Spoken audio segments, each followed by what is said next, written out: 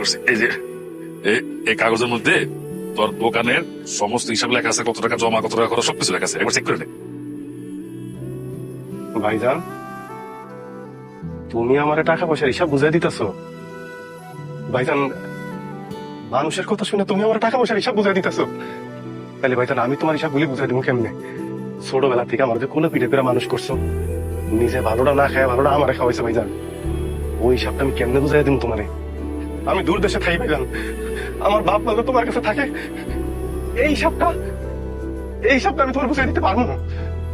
আমার বউরে তুমি ছোট বোনের মতো দেখে রাখো, আমি দূরে থাকি, আমি ওর চাহিদা আল্লাহ অনেক কিছু পূরণ করতে পারি না, তুমি বুঝতেই দাও না, সব তুমি পূরণ করো ভাইজান। এই সব আমি কেমনে বুঝাবো তোমার? আমার কাছে টাকা নাই ভাইজান, কি দিয়া বুঝান যায়? কোন সম্পত্তি দিলে তোমার হিসাব বুঝাবে আমার কও?